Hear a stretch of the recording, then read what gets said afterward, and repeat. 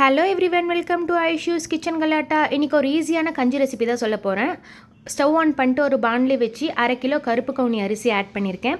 இந்த அரிசியை நல்லா ஸ்லோ ஃப்ளேமில் வச்சு வாசனை வர அளவுக்கு வறுத்து விட்டுக்கோங்க. மீடியம் ஃப்ளேமில் ஹை ஃப்ளேமில் வச்சிங்கன்னா இது சீக்கிரம் கரிஞ்சு போயிடும். இப்போது இதை ஒரு பாத்திரத்தில் மாற்றிக்கலாம். அடுத்தது 1/2 கிலோ கொள்ளு எடுத்திருக்கேன். இந்த கொள்ளையுமே நல்லா ஸ்லோ ஃப்ளேமில் வச்சு வாசனை வர அளவுக்கு வறுத்து விட்டுக்கோங்க.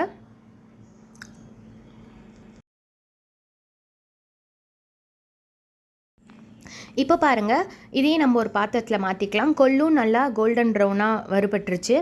அடுத்தது நான் 1/2 கிலோ ஃப்ளாக்ஸ் சீட்ஸ் ஆட் பண்ணுறேன். இந்த ஸ்டெப் வந்து டோட்டலி ஆப்ஷனல் தான். உங்களுக்கு வேணுனாலும் நீங்கள் ஆட் பண்ணிக்கலாம், இல்லைனாலும் இது ஸ்கிப் பண்ணிக்கலாம்.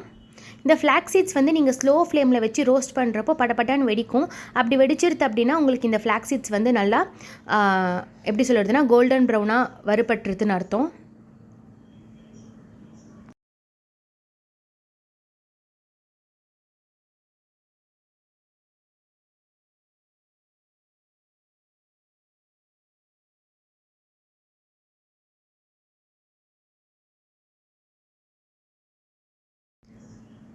இப்போ பாருங்கள், நம்ம ஃப்ளாக்ஸ் சீட்ஸையும் நல்லா ஒரு பாத்திரத்தில் மாற்றிக்கிறேன். இதுவும் நல்லா படப்படன்னு வெடிச்சிடுது.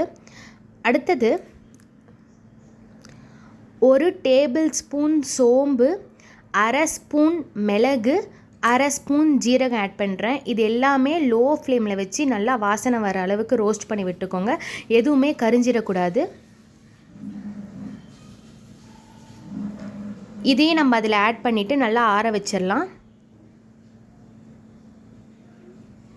இப்போது 1/2 கிலோ பார்லி எடுத்திருக்கேன். பார்லி அரிசியும் நல்லா ஸ்லோ ஃப்ளேமில் வச்சு வாசனை வர அளவுக்கு வறுத்து விட்டுக்கோங்க. இது நல்லா கோல்டன் ப்ரௌன் ஆகணும்.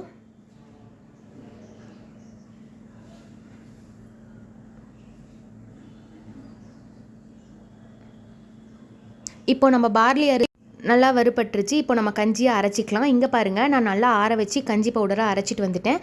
இந்த வீடியோ பிடிச்சிருந்தா லைக் பண்ணுங்கள், ஷேர் பண்ணுங்கள், கமெண்ட் பண்ணுங்கள், கூடவே சப்ஸ்கிரைப் பண்ணுங்கள். தேங்க்யூ.